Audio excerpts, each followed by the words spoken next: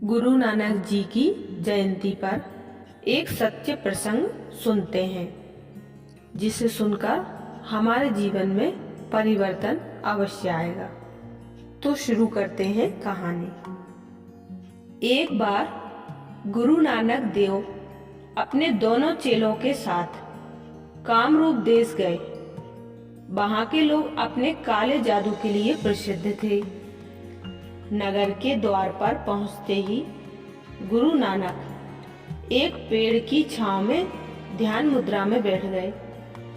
उनका चेला मर्दाना गांव के भीतर भोजन और जल का प्रबंध करने गया। दूसरा चेला बाला वहीं गुरु के पास रुका।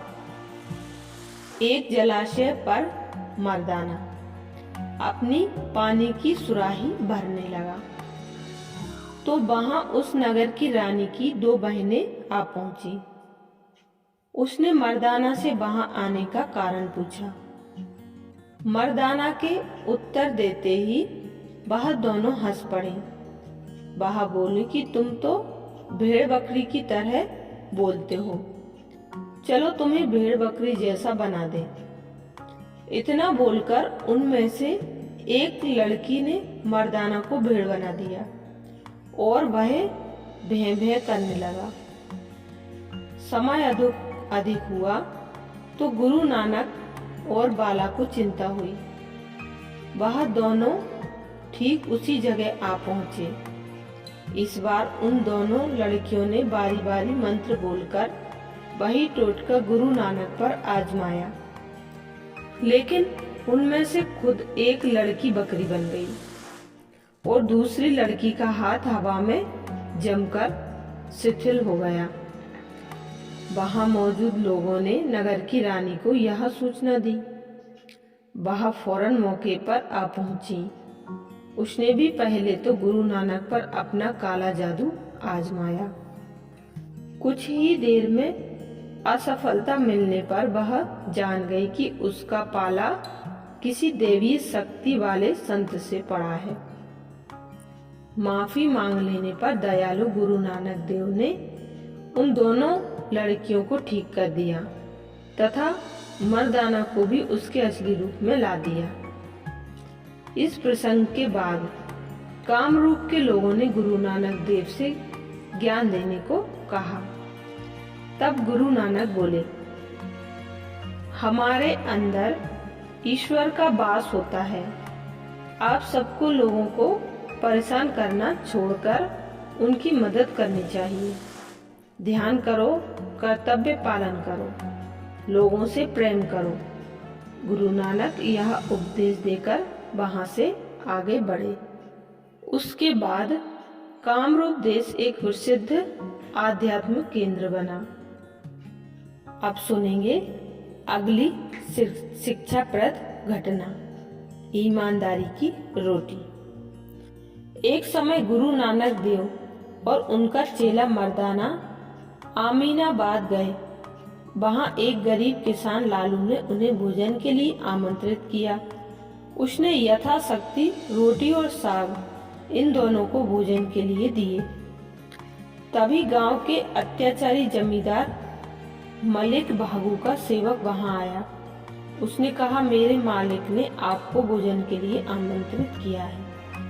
बार बार मिन्नत करने पर गुरु नानक लालू की रोटी के साथ ले कर मालिक भागू के घर चले।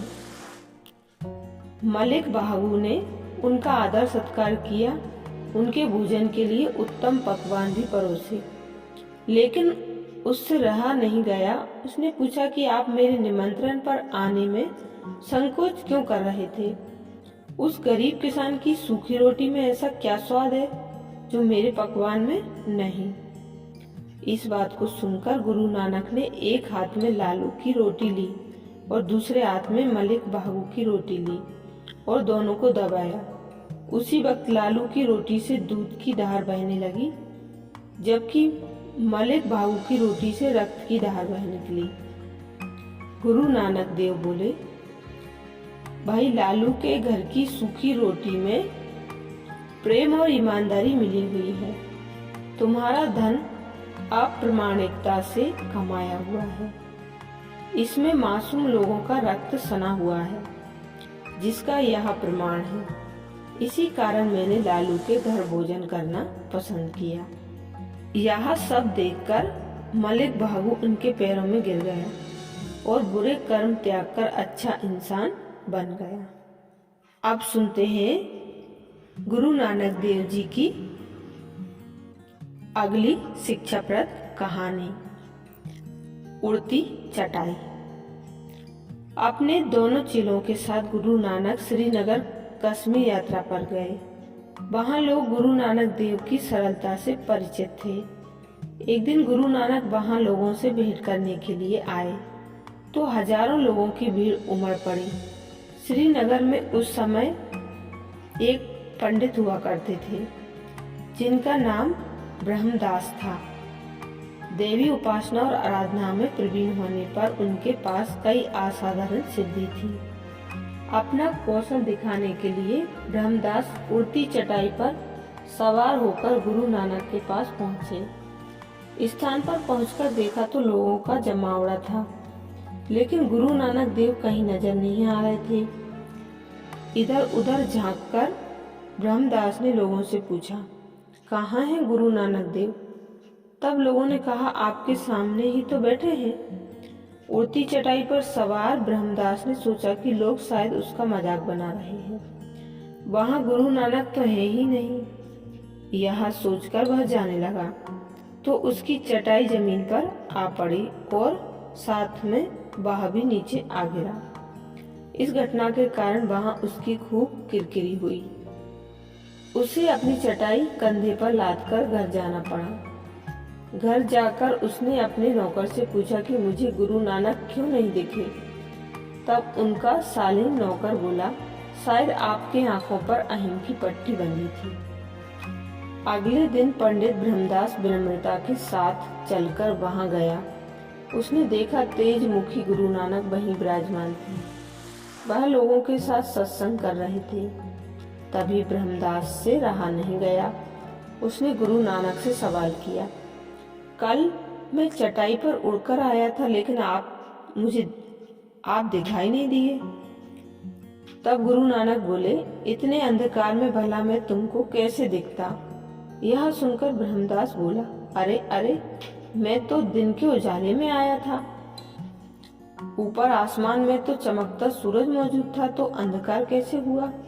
गुरु नानक ने कहा, अहंकार से बड़ा कोई अंधकार है क्या? अपने ज्ञान और आकाश में उड़ने की सिद्धि के कारण तुम खुद को अन्य लोगों से ऊंचा समझने लगे। अपने चारों तरफ देखो, कीट पतंगे जंतु पक्षी भी उड़ रहे हैं। क्या तुम इनके समान बनना चाहते हो? ब्रह्मदास को अपनी भूल समझ आ गई। उसने गुरु नानक से मन की शांति और उन्नति का ज्ञान लिया और भविष्य में कभी अपनी सिद्धियों पर अभिमान नहीं किया। अब सुनेंगे हम गुरु नानक देव जी के जीवन का अगला प्रसंग, पितृ मोक्ष। एक बार गुरु नानक देव अपने शिष्यों के साथ हरिद्वार गए। वहां पर उन्होंने देखा कि एक पंडित अपने यजमान को सूर्य की और जल अर्पण करने का निर्देश दे रहा था। यह देखकर वह तुरंत पानी में उतरे। उन्होंने सूर्य से उलट दिशा में पानी अर्पण करना शुरू किया। यह देखकर पंडित गुस्सा हो गया।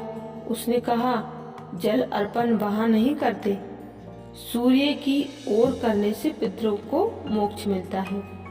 इस बात को अनसुनी करके फिर से गुरु नानक सूर्य से उल्टी दिशा में जल अर्पण करने लगे। एक बार फिर से टोकने पर गुरु नानक ने सवाल किया कि पंडित जी, यह पितृलोक यहाँ से कितनी दूरी पर होगा? तब पंडित बोले, होगा शायद हजारों लाखों किलोमीटर दूर। तब गुरु नानक बोले, अगर यहाँ गंगा किनारे जल अर्पण करने से पितृलोक में उपस्थित मृत स्वजनों को जल दिया जा सकता है, तो मेरे गांव में मौजूद मेरे खेत पर तो यह जल अवश्य पहुंच सकता है। मैं अपने खेतों को पानी देने के प्रयोजन से इस दिशा में जल अर्पण कर रहा हूँ। गुरु नानक की इस बात से यजमान और पंडित हंसे और उनकी बात का तात्पर्य भी वह समझ गए। आप सुनेंगे गुरु नानक देव जी की 5वीं शिक्षाप्रद कहानी, गुरु नानक देव की मक्का यात्रा। एक बार गुरु नानक के मुसलमान चेले मर्दाना ने कहा कि वह मक्का मदीना जाना चाहता है। उसका यह मानना था कि एक मुसलमान जब तक मक्का नहीं जाता है तब तक सच्चा मुसलमान नहीं कहलाता है। कुछ ही दिनों में गुरु नानक, मर्दाना और बाला तीनों मक्का की यात्रा पर निकले। वहां पहुंच जाने पर गुरु नानक काफी थक गए। वहां मुसाफिरी के लिए बनी आराम गाह पर जाकर आराम करने लगे। गुरु नानक को देखकर उस जगह काम करने वाला एक खादिम आग बबूला हो गया। उसने गुरु नानक से गुस्से में कहा, आपको इतनी समझ नहीं कि खुदा की ओर पांव रखकर नहीं सोते। तब गुरु नानक बोले, मुझे विश्राम करने दो भाई, मैं बहुत थका हुआ हूँ। या फिर तुम खुद ही मेरे पांव उस दिशा में कर दो जिधर खुदा ना हो। तब खादिम को एहसास हुआ कि खुदा तो हर तरफ है और उसने गुरु नानक देव से माफी मांग ली। गुरु नानक ने भी उसे माफ कर दिया और मुस्कुराते हुए कहा, खुदा दिशाओं में वास नहीं करते, वह तो दिलों में राज करते हैं। अच्छे कर्म करो, खुदा को दिल में रखो, यही खुदा का सच्चा सदका है। ऐसी और शिक्षाप्रद कहानियाँ प्राप्त करने के लिए चैनल को सब्सक्राइब करें।